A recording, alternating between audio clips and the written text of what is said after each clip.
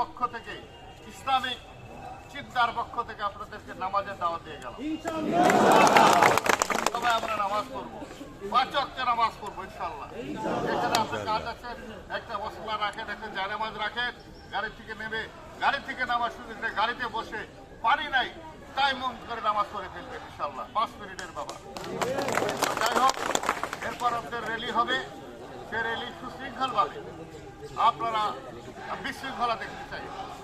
আমাদের দলের যখন র্যালি হয় আমি দেখি সেখানে বিশৃঙ্খলা সৃষ্টি হয়। এই কথা বলে আমি আমার বক্তব্য শেষ করছি।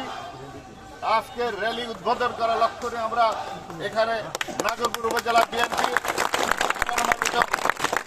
সভাপতি যারা আহমেদ আলী রানা, আমাদের জাতীয়তাবাদী দল উপজেলা নাগরপুর সংগ্রামী সাধারণ সম্পাদক যারা হবি সহ আমাদের যুব দলের সদস্য সচিব নজরুল ইসলাম, আরো অনেক নেতৃবৃন্দ এখানে আছেন।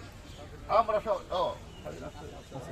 আমাদের যুব দলের সংগ্রামী আহ্বায়ক নাগরপুর উপজেলা শাখা নাজমুল হক স্বাধীন সহ আমরা যারা উপস্থিত, কোন সমস্যা দেখা দিলে আমি থাকি বা না থাকি, এইখানে নেতৃত্বের অভাব নেই ইনশাল্লাহ।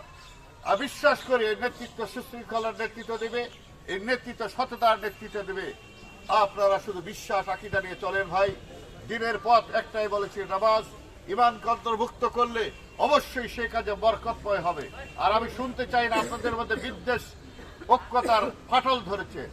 আমি চাই ঐক্যতার আলোকে একটা পরিবারের মতো আপনার এই সংগঠন, এই শ্রমিক সংগঠন চালিয়ে যাবেন। ধন্যবাদ সবাইকে। আসসালামু আলাইকুম।